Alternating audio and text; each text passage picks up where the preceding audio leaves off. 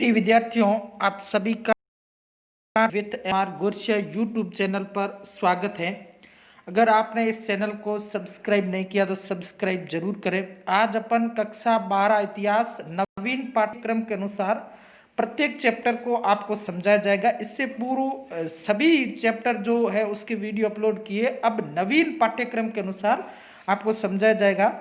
आप अधिक से अधिक लोगों को शेयर करना। अच्छा रेस्पॉन्स मिला तो ये कार्यक्रम जारी रहेगा, नहीं तो बीच में भी इसको ड्रॉप करना पड़ सकता है। तो ये आपकी बदौलत है, जैसा आप रेस्पॉन्स देते हो वैसा इसमें जो नवीन पाठ्यक्रम है उस इतिहास का संपूर्ण वीडियो आपको उपलब्ध होगी।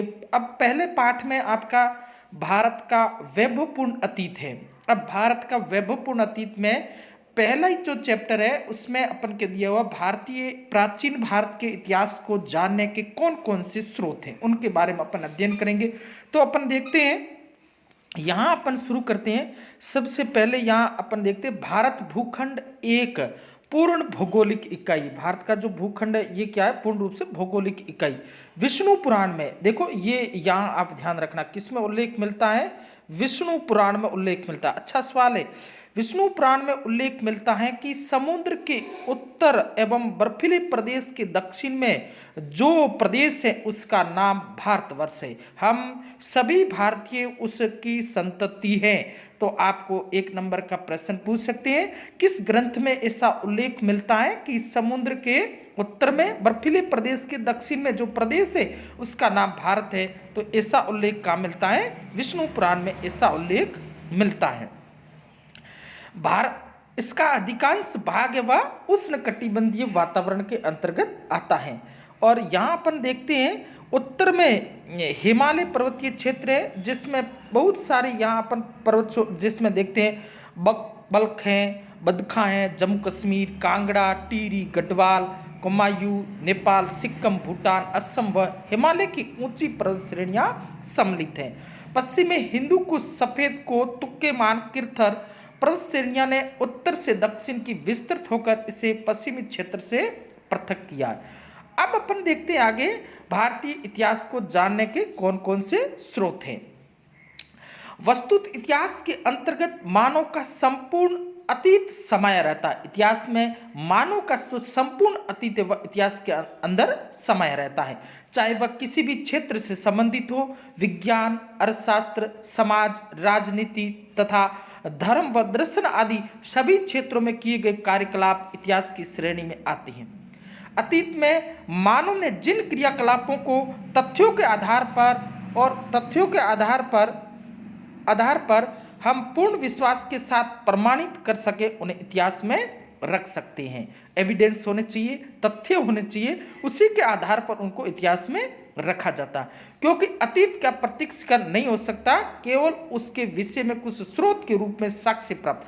अतीत का प्रत्यक्षीकरण अपन उनको देख तो सकते नहीं है, प्रत्यक्षीकरण का अर्थ है देख नहीं सकते, परंतु उनके जो है साक्ष्य के रूप में स्रोत है उनके आधार पर अपन कह सकते हैं, जिनके आधार पर इतिहास का निरूपण करता है। तो साक्ष्यों के आधार पर इतिहासकार वह क्या करता है? इतिहास का निरूपण करता है। वर्तमान में इतिहासकार अतीत की केवल घटनाओं की जानकारी देना ही उपयुक्त नहीं समझते, बल्कि उनके कारणों की भी विस्तृत जांच पड़ताल करते हैं। इसके मूल में मानव के आंतरिक मनोगत भूमिका होती है। इतिहासकार का मानव संस्कृति का अध्ययन करना मुख्य उद्देश्य। इतिहासकार क्या करता है? मानव संस्कृति का अध्ययन करना उसका मुख्य एम्स होता है, उसका मुख्य टारगेट होता है कि मानव संस्कृति उस समय किस प्रकार से थी। अतीत की गतिविधियों की जानकारी प्राप्त करने के लिए इतिहासकार सभी प्रकार के साधनों का उपयोग करता है। जैसे अतीत की जानकारी प्राप्त करने विभिन्न प्रकार के साहित्यिक स्रोत हैं, अपन देखते हैं अभिलेखीय स्रोत हैं, वह विभिन्न प्रकार के सभी प्रकार के साधनों का प्रयोग करता है। और उसके बाद में इन साधनों को स्रोत, साक्ष्य और प्रमाण कहते हैं। इतिहासकार इतिहास को जानने के लिए जिन साधनों का उपयोग करता है उनको क्या कहते हैं? स्रोत कहते हैं। उनको क्या कहते हैं? साक्ष्य कहते हैं। उनको क्या कहते हैं? प्रमाण कहते हैं। इन्हीं के आधार पर वह विश्वसनीय वितरण तैयार करता है। इसलिए कहा जाता है इतिहास की पुनर्रचना करता है और इतिहास की उन्हीं घटनाओं को तथ्यों के रूप में स्वीकार किया जा सकता है, साक्ष्य व प्रमाणों से सिद्ध है। इसलिए इतिहासकार का मूल मंत्र है नामूल लिखते किंचित, अर्थात बिना मूल के आधार के कुछ भी नहीं लिखा जा सकता। क्या कहा जाता है कि अपन बिना प्रमाण के, बिना आधार के कुछ भी नहीं लिख सकते। आगे अपन देखते हैं भारतीय इतिहास के जानने के, इतिहास की जानकारी के स्रोत मुख्य रूप से दो भाग है। अब बड़ा प्रश्न बनेगा, भारतीय इतिहास को जानने के स्रोत कितने प्रकार के? दो प्रकार के। एक है साहित्यिक स्रोत, literary resources and archaeological resources, जिसको कहते हैं पुरातात्विक या पुरालैखिक स्रोत। तो भारतीय इतिहास को कितने स्रोतों के माध्यम से जाना जाता है? दो स्रोतों के माध्यम से जानते हैं। आगे अपन देखते हैं साहित्यिक स्रोत है। प्राचीन भारतीय इतिहास की जानकारी के साहित्यिक स्रोत को तीन भागों में बांटते हैं। वापस जो लिटरेरी रिसोर्सेस है, जिसको कितने भागों में बांटते हैं? जो उनको वापस तीन भागों में बांटते हैं। प्राचीन भारतीय इतिहास की जानकारी के तीन विभाजित करते हैं साहित्यिक स्रोत को। पहला है धार्मिक साहित्य, जो धर्म प्रधान साहित्य था। दूसरा है धर्मेतर साहित्य, जिसमें धर्म से संबंध कम होता गया, मानव के ऊपर लिखा गया, शासकों के ऊपर लिखा गया। और उसके बाद में वंशावली है, वंशों के बारे में, ड्रागा है, भाट है, ये उनके बारे में लिखते थे। अब धार्मिक साहित्य में ब्राह्मण साहित्य आता है, बौद्ध साहित्य आता है, जैन साहित्य आता है। धर्मेतर साहित्य में ऐतिहासिक ग्रंथ आते हैं, विशुद्ध साहित्यिक ग्रंथ आते हैं, क्षेत्रीय साहित्य और विदेशी विवरण मिलता है। और वंशावलियां में इतिहास के स्रोत के रूप में अपन देखेंगे। अब आगे देखो धार्मिक साहित्य। धार्मिक साहित्य में सबसे पहला किसका नाम आता है? ब्राह्मणों का साहित्य। ब्राह्मण साहित्य में सबसे प्राचीन ग्रंथ वेद है। सबसे प्राचीन ग्रंथ कौन से? वेद हैं। वेद विद धातु से बना, जिसका अर्थ होता है ज्ञान। लोगों ने वैदिक काल में जो ग्रंथ लिखे गए उनको वेद कहा जाता है। वैदिक काल दो प्रकार के, विंटरनीज नाम का जो विद्वान है वो दो, उत्तर वैदिक काल और पहले पूर्व वैदिक काल, ऋग वैदिक काल, उत्तर वैदिक काल। इसको अपन आगे पढ़ेंगे। वैदिक काल आपके सिलेबस से, इस नवीन सिलेबस में नहीं है। अब देखें ब्राह्मण साहित्य में वेद आ गया और वेदों के द्वारा हमें संपूर्ण आर्य संस्कृति की जानकारी मिलती है। किसकी जानकारी मिलती है? आर्य संस्कृति व सभ्यता की जानकारी वेदों के माध्यम से मिलती है। वेद ज्ञान के समृद्ध भंडार है। वेदों की संख्या 4 है। वेद कितने? 4 हैं। ऋग्वेद, यजुर्वेद, सामवेद, अथर्ववेद। सर्वाधिक प्राचीन वेद है ऋग्वेद। सबसे आपको पूछ लिया जाए सबसे प्राचीन वेद कौन सा है, तो आप उत्तर बताओगे ऋग्वेद है, जिसमें 10 मंडल है। कितने मंडल है? 10 मंडल है। 1028 सूक्त हैं। प्रत्येक वेद के 4 भाग है। वेदों के कितने भाग होते हैं? 4 भाग होते हैं। कौन कौन से? संहिता, ब्राह्मण, आरण्य एवं उपनिषद। वेदों की व्याख्या संहिताओं में की गई। ऋग्वेद को छंदों में रचा गया। तो वेद के 4 भाग होते हैं, ब्राह्मण, आरण्यक, उपनिषद और उसके बाद में संहिता। इनकी व्याख्या किसमें की गई है? संहिताओं में की गई है। ऋग्वेद को छंदों में रचा गया। यजुर्वेद यज्ञों से संबंधित जानकारी, ऐसा वेद जिसमें यज्ञ से संबंधित जानकारी मिलती है वह कौन सा है? यजुर्वेद है। सामवेद में आर्यों द्वारा गाई जाने वाली सामग्री उपलब्ध होती है। सामवेद व वेद जो संगीत प्रधान वेद है, क्या नाम है? सामवेद है। अथर्ववेद की रचना अथर्वा ऋषि ने की थी। किसने की थी? अथर्वा ऋषि ने। इसमें विषय भी विविध है। इसमें ब्रह्म ज्ञान, धर्म, समाज, निष्ठा, औषधि प्रयोग, शत्रुओं का दमन, रोग निवारण, तंत्र, मंत्र आदि विषय सम्मिलित है। इसके उपरांत यज्ञ और कर्म कांडों पर आधारित जो साहित्य रचा गया वे ब्राह्मण ग्रंथ। कौन सा? यज्ञ और कर्म कांडों पर आधारित जो साहित्य की रचना की उसको क्या कहते हैं? ब्राह्मण साहित्य कहा जाता है। आरण्य के ग्रंथों में जिनकी रचना ऋषियों द्वारा वनों में की गई दार्शनिक विषयों का विवरण मिलता है, जबकि उपनिषदों में गूढ़ विषयों एवं नैतिक आचरण नियमों की जानकारी मिलती है। वैदिक साहित्य को ठीक तरह से समझने के लिए वेदांग साहित्य की रचना की गई, जिनके 6 भाग है: शिक्षा, कल्प, व्याकरण, निर्क, छंद एवं ज्योतिष। तो तो आपको पूछेंगे वेदांग साहित्य क्या है, तो आपका उत्तर क्या होगा, वैदिक साहित्य को समझने के लिए जिन ग्रंथों की रचना की गई उनको क्या कहते हैं, वेदांग साहित्य कहा जाता है। इनके कितने भाग हैं, 6 भाग है, शिक्षा, कल्प, व्याकरण, निरुक्त, छंद और ज्योतिष। आगे देखते हैं इसके बाद में अब देखो ये उपवेद है, आयुर्वेद ऋग्वेद का उपवेद है, धनुर्वेद यजुर्वेद का है, गंधर्वेद सामवेद का है और अथर्ववेद का शिल्पवेद। 4 उपवेदों के नाम है, जिससे चिकित्सा के बारे में जानकारी मिलती है। उसके बाद में वास्तुकला के बारे में, संगीत, सैन्य विज्ञान आदि की जानकारी मिलती है। वेदों के उपरांत विभिन्न ऋषियों द्वारा स्मृति ग्रंथों की रचना की गई। इनमें मनुस्मृति एवं याज्ञवल्क्य स्मृति प्रमुख है। रामायण व महाभारत महाकाव्य भारतीय इतिहास की जानकारी के अथाह कोश है। इसमें समाज, धर्म, राजनीति की ऐतिहासिक जानकारी मिलती है। हमारे प्राचीन भारत के इतिहास ग्रंथ, इनकी व्याख्या, इनकी संख्या क्या है, इतिहास, राजनीति की ऐतिहासिक जानकारी मिलती है। हमारे पुराण प्राचीन भारत के इतिहास ग्रंथ है, इनकी संख्या कितनी है, 18 है पुराणों की संख्या। लेखक कौन है, लोमहर्ष तथा उसका पुत्र उग्र सर्वा। इसमें मार्कंडेय, ब्राह्मण, वायु, विष्णु, भागवत, मत्स्य प्रमुख है। मत्स्य सर्वाधिक प्राचीन है, तो आपको प्रश्न पूछेंगे सर्वाधिक प्राचीन पुराण कौन सा है, मत्स्य पुराण है। भारत के सांस्कृतिक इतिहास की सर्वाधिक जानकारी इन्हीं से मिलती है। इसके 5 भाग है। पुराणों के कितने भाग बताए गए हैं, 5 भाग बताए गए हैं, ध्यान रखना।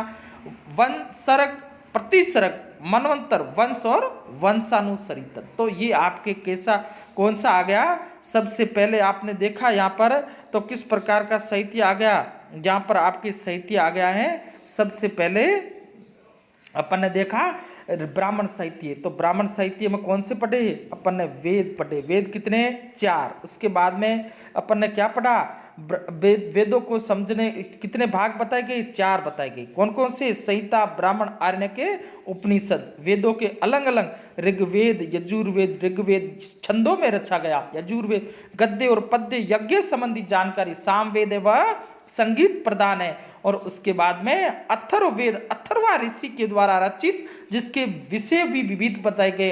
अथर्ववेद में जादू, टोना, टोटका, चिकित्सा आदि विभिन्न विषयों के बारे में जानकारी मिलती है। वे ग्रंथ जिनकी रचना वनों में की गई उनको आरण्यक कहते हैं। वे ग्रंथ जिनके यज्ञ करने से संबंधित ब्राह्मण ग्रंथ कहते हैं। वे ग्रंथ जिनके विषय गूढ़ विषय हैं, उन नैतिक गूढ़ता की ओर ले जाते हैं, गूढ़ विषय रचित उपनिषद कहा जाता है। उसके बाद में पुराणों की रचना की गई। पुराणों की संख्या 18 है, प्रत्येक वेद का उपवेद है। तो ये अपन किसमें देखा, ब्राह्मण साहित्य। अब अपन देखते हैं बौद्ध साहित्य, दूसरा प्रमुख रूप से बौद्ध साहित्य कौन सा है, बौद्ध साहित्य। अब शुरू करते हैं बौद्ध साहित्य। प्राचीन भारतीय इतिहास के निर्माण में बौद्ध साहित्य की प्रमुख भूमिका रही है। बौद्ध साहित्य में सबसे प्राचीन ग्रंथ त्रिपिटक है। बौद्धों में सबसे प्राचीन कौन सा है, त्रिपिटक है। ये 3 हैं, सुत्त पिटक, विनय पिटक, अधिधम्म पिटक। पिटक कितने, 3, इसलिए इनको क्या कहते हैं, त्रिपिटक कहा जाता है। इसमें बौद्ध धर्म के नियम आचरण संग्रहित हैं। देखो बौद्ध ग्रंथों में दूसरा महत्वपूर्ण योगदान किसका आता है, जातक ग्रंथों का आता है। इसमें गौतम बुद्ध के पूर्व जन्म की कथाओं की तत्कालीन सामाजिक, धार्मिक, आर्थिक पक्षों की जानकारी मिलती है। तो जातक ग्रंथों में किसकी, गौतम बुद्ध के जन्म से पहले की जो तत्कालीन सामाजिक स्थिति हैं, धार्मिक स्थिति हैं, आर्थिक स्थिति हैं, उनके बारे में जानकारी। इनकी संख्या 549 बताई। पाली भाषा के अन्य ग्रंथों में मिलिंद, पन्हो, दीपवंश, महावंश है। बौद्ध साहित्य प्रमुख रूप से कौन सी भाषा में लिखा गया, कौन सी भाषा में, पाली में। इसके बाद में मिलिंद पन्हो ग्रंथ में यूनानी आक्रमणकारी मिनेंडर व बौद्ध भिक्षु नागसेन के मध्य वार्ता का विवरण मिलता है। दीपवंश व महावंश में सिंहल इतिहास के बारे में जानकारी मिलती है। सिंहल द्वीप मतलब श्रीलंका का इतिहास। पाली भाषा के अलावा संस्कृत भाषा में भी बौद्ध ग्रंथ लिखे गए। महावस्तु ग्रंथ गौतम बुद्ध के जीवन चरित्र पर आधारित हैं, जबकि ललित विस्तार में लेखक ने गौतम बुद्ध को देवीय शक्ति के रूप में निरूपित किया है। और उनके अद्भुत कार्यों से संबंधित जीवन व्रत अंकित हैं। मंजूश्री, मूल कल्प, अश्वघोष का बुद्ध चरित्र व सौंदरानंद काव्य से भी ऐतिहासिक जानकारी मिलती है।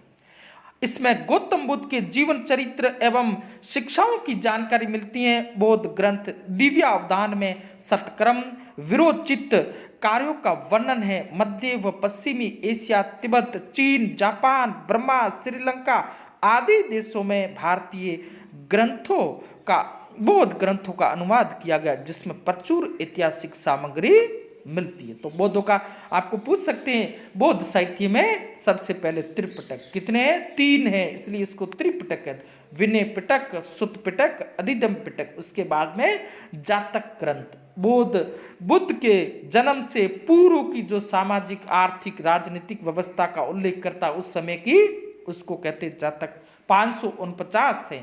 उसके बाद में पाली में ही मिलिंद पनो ग्रंथ लिखा गया, जिसमें बौद्ध भिक्षु नागसेन और यूनानी आक्रांता मिनांडर के मध्य वार्ता, डायलॉग, संवाद का विवरण मिलता है। उसके बाद में अश्वघोष ने सौंदरानंद, सारिपुत्र प्रकरण, बुद्ध चरित्र जैसे ग्रंथ लिखे गए थे। तो ये आपके बौद्ध साहित्य में जानकारी मिलती है। अब आपके अपन देखते हैं जैन साहित्य। बौद्ध साहित्य की तरह ही जैन साहित्य में भी पर्याप्त ऐतिहासिक सामग्री प्राप्त होती है। जैन साहित्य में आगम प्रमुख है। जैन साहित्य का प्रमुख रूप से क्या कहते हैं? आगम कहा जाता है। इसके अंतर्गत 12 अंग, 12 उपांग, 10 प्रकीर्ण, 6 छेद सूत्र, 1 नंदी सूत्र, 1 अन्योन्य द्वार, 4 मूल सूत्र को क्या किया है? शामिल किया गया है। इसकी रचना 4वीं शताब्दी ईस्वी पूर्व से 6वीं शताब्दी के लंबे समय में विभिन्न धार्मिक संगीतियों व व्यक्तियों के माध्यम से हुई थी। जैन साहित्य प्राकृत भाषा में लिखा गया। कौन सी भाषा में? प्राकृत भाषा में। अनेक जैन ग्रंथों में कथा कोश, परिशिष्ट वर्मन, भद्र बाहु चरित्र, कल्प सूत्र, भगवती सूत्र आदि प्रमुख हैं, जिनमें ऐतिहासिक विवरण प्राप्त होता है। आसारांग सूत्र में जैन साधुओं के आचार व्यवहार से संबंधित नियमों का संकलन है। परिशिष्ट वर्मन में तत्कालीन राजाओं की जैन मुनियों के संबंध तत्कालीन जैन मुनियों के संबंध में जानकारी मिलती है। भद्रबाहु में जैन मुनि भद्रबाहु के साथ ही चंद्रगुप्त मौर्य के जीवन के अंतिम समय की घटनाओं का उल्लेख वह भद्रबाहु करता है। अब आगे आता है धर्मेत्र साहित्य।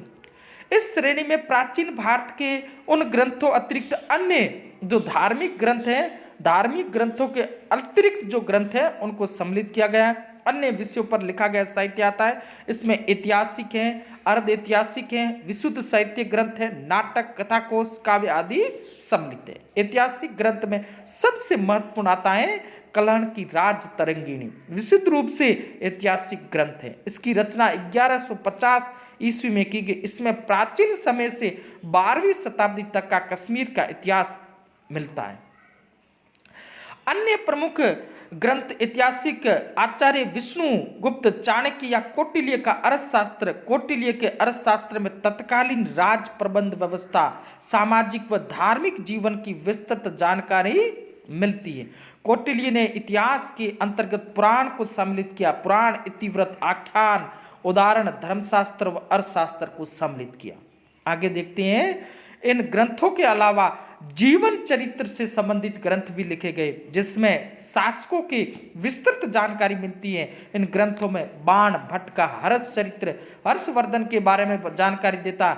वाकपति का गोड़वो किसके बारे में? यशोवर्मन के बारे में जानकारी देता। विलन का विक्रमांक देव चरित्र जो है विक्रमादित्य षष्ठ के बारे में जानकारी देता। जयसिंह का कुमारपाल चरित्र, कुमारपाल जो शासक चालुक्य उसके बारे में जानकारी देता है। नैनचंद्र का हमीर महाकाव्य हमीर के बारे में जानकारी देता है। पद्म गुप्त का नवशांक चरित्र किसके बारे में जानकारी देता है? सिंधु राज के बारे में जानकारी। बलाल का भोज चरित्र भोज के बारे में। जयानक का पृथ्वीराज विजय पृथ्वीराज स्वान तृतीय के बारे में जानकारी उपलब्ध करवाता है। तो ये आपके हो गए कैसे ग्रंथ हो गए? ऐतिहासिक ग्रंथ हो गए। अब है विशुद्ध साहित्य ग्रंथ। विशुद्ध साहित्य ग्रंथों में अनेक नाटकों को रखा जाता है। व्याकरण ग्रंथ हैं, टीका, काव्य, कथा, साहित्य व कोश की रचना की गई। इसमें उन समय के शासकों की सामाजिक, आर्थिक जीवन की जानकारी मिलती है। पाणिनि का अष्टाध्यायी, पतंजलि का महाभाष्य, गार्गी संहिता, कालिदास का मालवी का अग्निमित्रम, विशाख दत्त का मुद्रा राक्षस, शूद्र का मचक कटिकम, विज्ञानेश्वर की मितक्षरा, कामानंद का नीतिसार ऐतिहासिक दृष्टि से महत्वपूर्ण ग्रंथ है।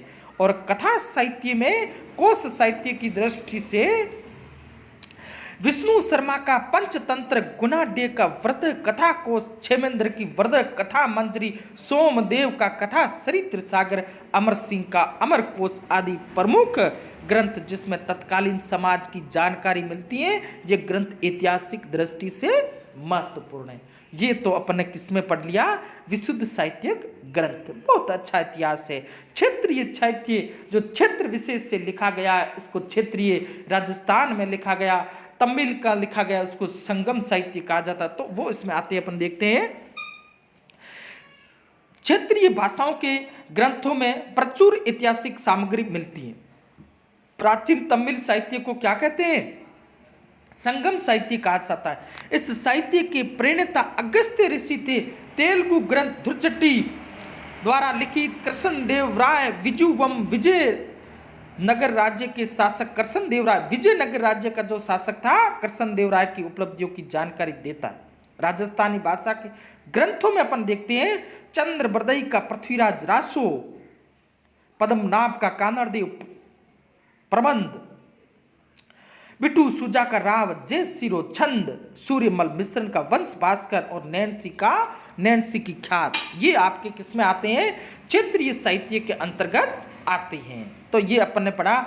अब अपन देखते हैं विदेशी विवरण साहित्य किस प्रकार से कौन कौन से लेखक आए उसके बारे में। प्राचीन काल से भारत की संस्कृति व आर्थिक उपलब्धियां विश्व को आकर्षित करती हैं। भारत के व्यापारिक संबंध विश्व के देशों के साथ धर्म, दर्शन, ज्ञान प्राप्त करने व अध्ययन हेतु लोग देशों से आते थे। इसलिए विदेशी लेख भी भारत के प्रभावित हुए और उन्होंने भारत के संबंध में पर्याप्त विवरण दिया। लेकिन इस विवरण का सावधानी पूर्वक अध्ययन करने की आवश्यकता है। सबसे पहले यूनानी साहित्य में देखते हैं। तो यूनानी साहित्य में अपन यूनानी लेखकों में सबसे पहले टेसिटस, हेरोडोटस, इतिहास का जनक, द हिस्टोरी का ग्रंथ लिखा। नियाक्रस, अरिस्टोब्यूलस, ओनेक्रिटस, स्ट्रेबो, एरियन, स्काइलेक्स आदि प्रमुख। सर्वाधिक महत्वपूर्ण पुस्तक चंद्रगुप्त मौर्य के दरबार में यूनानी राजदूत मेगस्थनीज द्वारा लिखित इंडिका। यूनानी विवरण से चंद्रगुप्त मौर्य के प्रशासन, समाज व आर्थिक स्थिति के बारे में जानकारी मिलती है।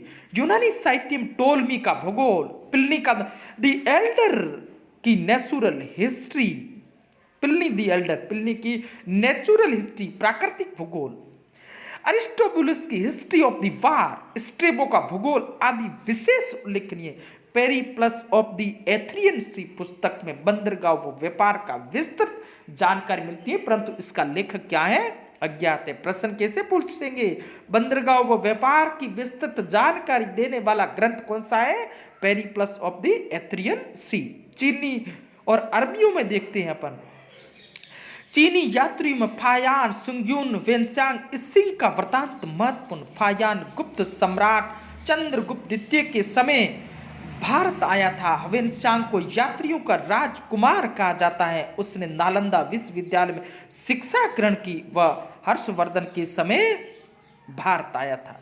629 से 644 भारत उसने अपनी पुस्तक सी युगी में भारत के समकालीन इतिहास का वर्णन किया। सिंह ने 7वीं शताब्दी के उत्तरार्ध में 672 से 88 भारत का भ्रमण किया। नालंदा विक्रमशिला विश्वविद्यालय की भारतीय संस्कृति व समाज की जानकारी मिलती।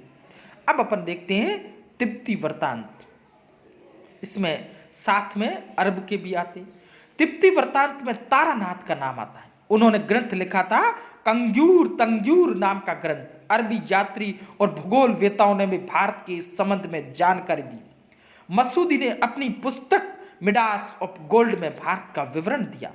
लिखा भारत राज्य स्थल व समुद्र दोनों पर था। सिंध के इतिहास सचनामा में तथा सुलेमान नबी की पुस्तक सिलसिला उल तवारिक में पाल प्रतिहार शासकों के बारे में लिखा। अरबी लेखकों में अल बरूनी ने तारीख हिंद तहकीकात उल हिंद लिखा, सबसे महत्वपूर्ण, जिसमें संस्कृत भाषा सीखी, मूल स्रोत का अध्ययन करके अपने पुस्तक तवारीख उल हिंद में भारतीय समाज संस्कृति के बारे में लिखा। तो ये अपन देखते हैं विदेशी यात्रियों के विवरण। आगे अपन देखते हैं वंशावलियों के बारे में अपन पढ़ते हैं, तो वहां अपन देखते हैं भारतीय इतिहास में वंश लेखन परंपरा का स्थान महत्वपूर्ण रहा है।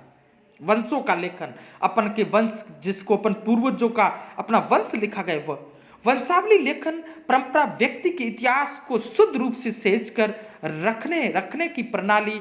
और यहाँ अपन देखते हैं एक ऐसी परंपरा जिसमें वंशावली लेखक हर जाति वर्ग के घर घर जाकर प्रमुख लोगों की उपस्थिति में संक्षेप में सृष्टि रचना से लेकर उसके पूर्वजों की ऐतिहासिक, सामाजिक, आर्थिक व धार्मिक घटनाओं का वर्णन करते हुए उस व्यक्ति का वंश क्रम हस्तलिखित पोथियों में अंकित करता है। वंशावलियों के अध्ययन से ही हमें जानकारी मिलती है कि हमारे पूर्वज कौन थे।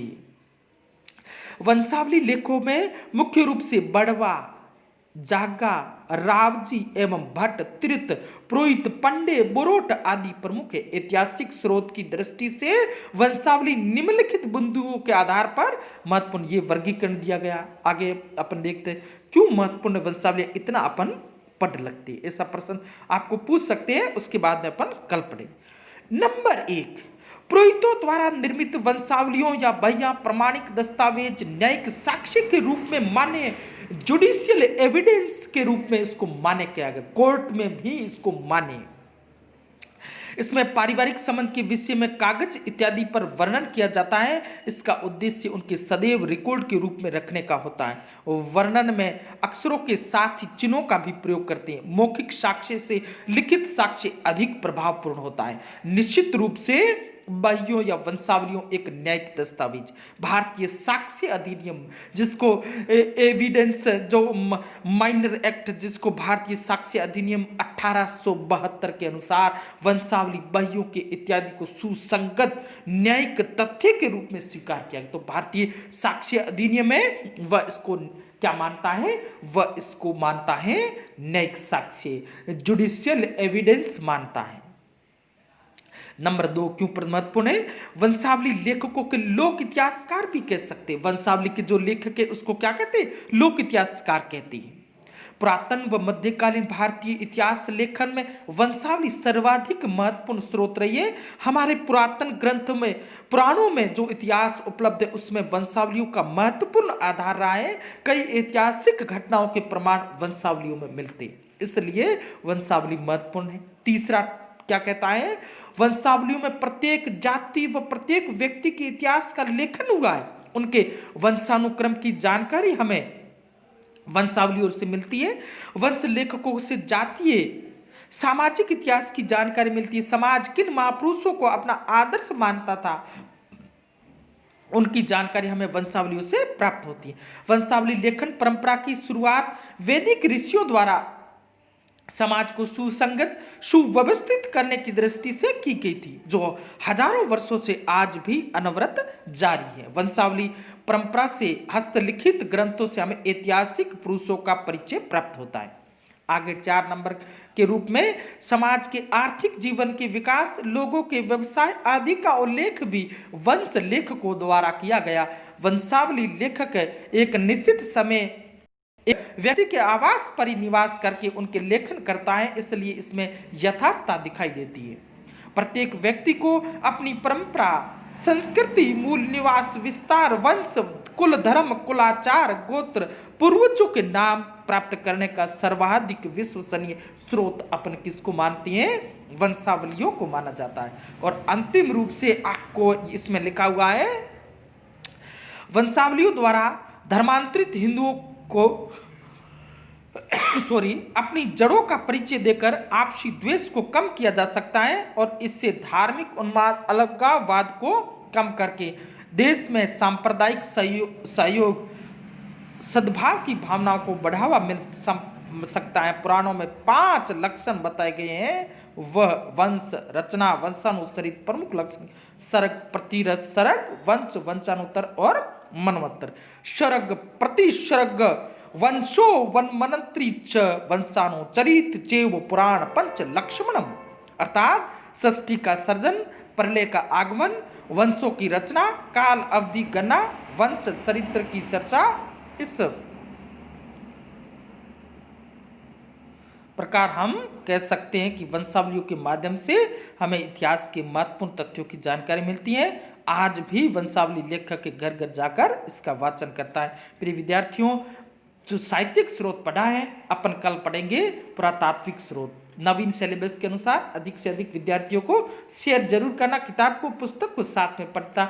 आप अन्य गतिविधि कर रहे उस समय आप इसको आराम से सुन सकते हो, जिससे आप सुनते सुनते पुस्तक को देख सकते हो, समझ सकते हो। अधिक से अधिक लोगों को शेयर जरूर करना। धन्यवाद।